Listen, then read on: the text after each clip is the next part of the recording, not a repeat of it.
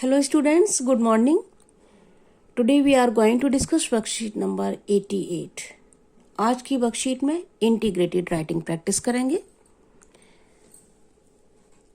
Writing practice 1 story.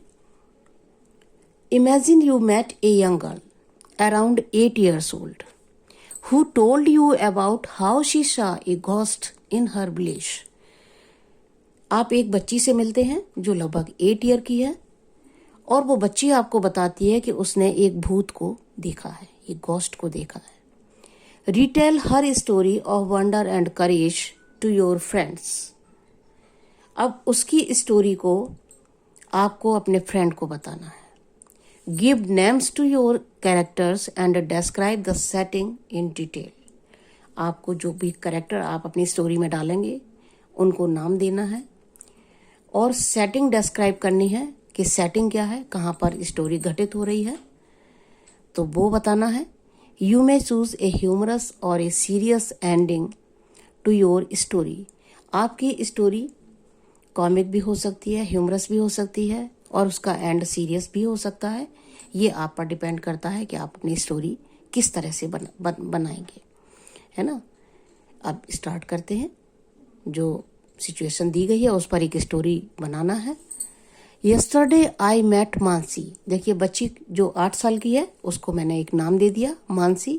आप भी इस तरह से अपनी स्टोरी की शुरुआत कर सकते हैं और जो एक गर्ल है उसको कोई भी नाम दे सकते हैं अपनी चॉइस का.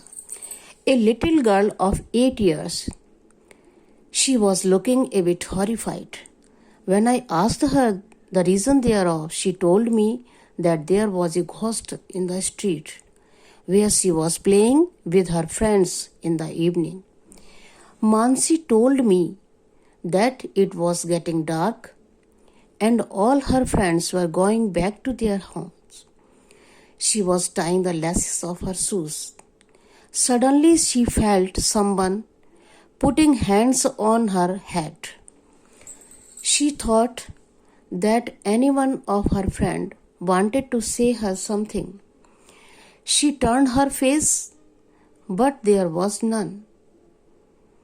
She tied her laces and moved on. But what was that?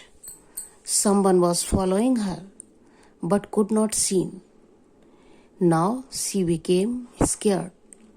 She started running to reach her home. Then she heard a heavy male voice. It is too dark. You should not play in this street. Mansi told me that the voice was very clear, but there was nobody in the street. Mansi reached her home and told her mother the whole incident. Mansi's mother consoled her and told her that it was the soul of her late grandfather. He often came to protect us from any danger. तो इस तरह से ये story बनाई है. आप इसको कुछ और टर्न दे सकते हैं, कुछ और इंसिडेंट बना सकते हैं. अब देखते हैं दूसरा टास्क क्या है.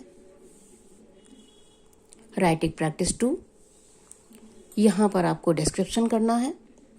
पिछली वर्कशीट में भी हम लोग डिस्क्राइब कर चुके हैं कुछ पर्सन्स को. आज देखते हैं क्वेश्चन क्या है. Imagine you went to a shop to buy a dress. However, once you reach home, you realize it is not the same dress you had bought. You go back to exchange the dress the next day. The owner of the shop asks you to identify the salesperson who sold you the product. You do not find the person nearby, so you describe the salesperson to the shopkeeper. अब आपको story लिखनी है. आपने एक dress खरीदी. जब घर जाते हैं तो पता लगता है ये वो ड्रेस नहीं है जो आपने सेलेक्ट की थी शॉप में. और फिर आप वापस नेक्स्ट डे आते हैं. शॉपकीपर कहता है आप उस सेल्स पर्सन के बारे में बताइए जिसने आपको ये ड्रेस दिखाई थी, पसंद करवाई थी. अब वो पर्सन वहाँ दिखाई नहीं दे रहा तो आपको डिस्क्राइब करना है कि वो पर्सन कैसा दिखता था जिसने आपको ड्रेस दिखाई थी और पैक की थी. Yesterday I bought a dress from this shop. When I reached home and opened the packing, I found that it was not the same dress I bought. So please exchange this one to the dress I bought and paid for the same. Where is the salesman who showed me a variety of dresses and packed the selected one? He was a tall young boy. His hairs were curly black. His color was very fair. He was wearing a red t-shirt and black jeans. His eyes were big and his forehead was white. There was a cut mark on his forehead. He was really very nice person. He showed me a number of dresses without being irritated. I think he is not present in the shop. तो इस तरह से आप person को describe कर सकते हैं। पिछली वर्कशीट में भी हम लोगों ने डिस्क्राइब किया था।